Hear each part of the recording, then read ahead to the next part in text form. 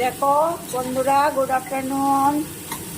আজকে কি বানাচ্ছি জানো? বোয়ালের শুটকি দিয়ে আর বেগুন দিয়ে একটা শুকনো শুকনো করে তরকারি বানাচ্ছি।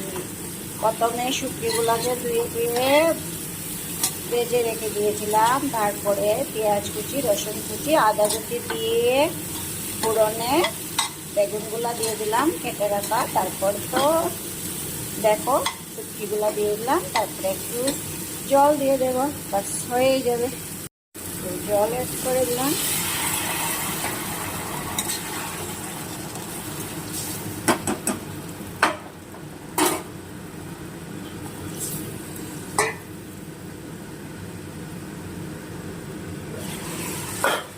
রেখে রাখবো আর 5 মিনিট পরে এটা দেখবো এই গেল কিনা।